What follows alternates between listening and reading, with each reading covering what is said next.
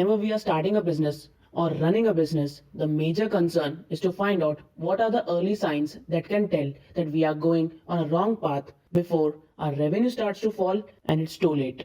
Today, we are going to talk about some of these indicators that are going to tell us exactly that. These are called key performance indicators. First, customers.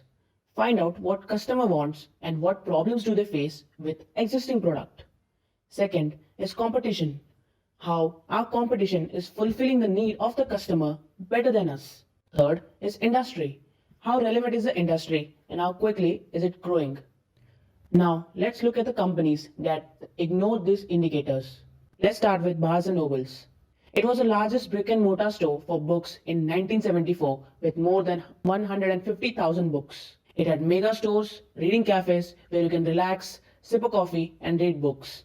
It was present in majority of the cities in USA, but not all of them. Then in 1994, internet came along. And in 1997, Amazon, an online bookstore, started where people can order books online and get it delivered at their doorstep. Since it was online, it did not need a physical presence like Barnes& Nobles and could be accessed all over the country, which Barnes& Nobles could not compete with their existing model. Barnes & Nobles failed to switch with the new times and today they are without leadership and have just one store left. So what were these indicators that Barnes & Noble should have looked for? First was customer. The idea of browsing over the internet at the comfort of your home and get books delivered at your doorstep became important for customers, which Barnes & Nobles did not capitalize. Competition. Amazon collaborated with Borders, that is the rival of Barnes & Nobles, to quickly add more book titles online that were offered by Barnes & Nobles at that time. Industry. The mere presence of online makes the people of entire country the customers of Amazon. This model could have been replicated by Barnes & Nobles with integration with their brick and mortar stores. Now let's look at Blockbuster. Blockbuster was a brick and mortar video rental company where you can rent a movie for few days and return it after watching it. This simple business model made Blockbuster one of the major video rental service. In fact, by 1987, Blockbuster had 2,800 stores all over the country.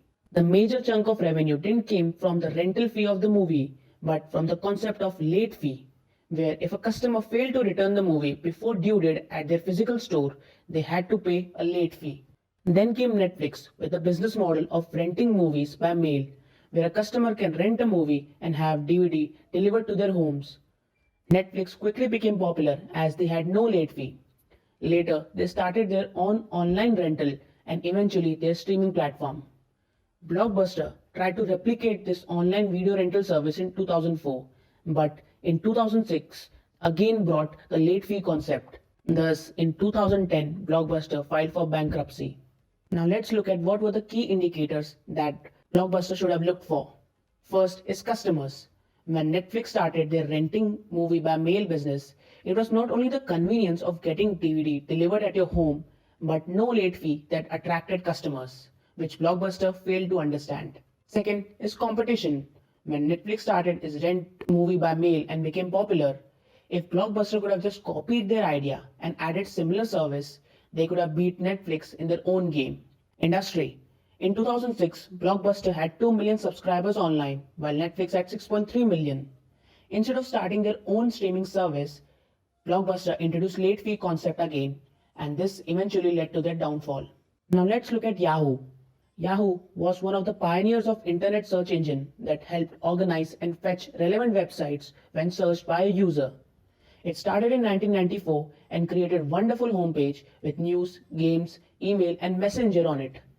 It displayed ads on its search results and homepage and created a steady revenue stream for the company.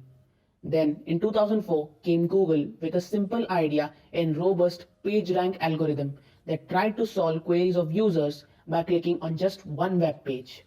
It gave access to the users to New York Times that eventually replaced Yahoo News, Facebook Messenger that replaced Yahoo Messenger, and Gmail that replaced Yahoo Mail. And thus, Yahoo had nothing to offer new to the customers, and thus Yahoo had nothing much to offer to the customers, and they eventually flocked to Google, and so did the ad revenues. So what were the key indicators that Yahoo should have looked for? First, the algorithm of Yahoo preferred well-established links over more relevant information. Hence, user had to scroll over many search results before getting their required information. Second is competition. Yahoo tried to keep customers on their homepage, hence did not work on their search engine that could solve customers' queries, which Google did. So, what lessons are there for you? How can you use these indicators to your own benefit? Imagine that you are the owner of a clothing store.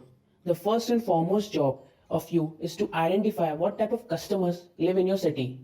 One way of identifying this is to see what the customer demands when they visit your store. What is their budget so that you can have many more options in that range. Now, this may seem a very simple concept, but is often forgotten by many of the businessmen when they start their own business. For example, businessmen assume that branded clothes would work when they live in tier 2 and tier 3 city and there are not many customers who would buy from them.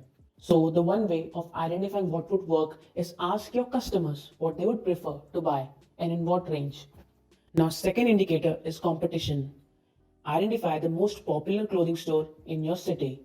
See what type of customers visit these stores. What is their budget? What type of variety do the stores keep? So that we can replicate their model and also introduce our own new ideas.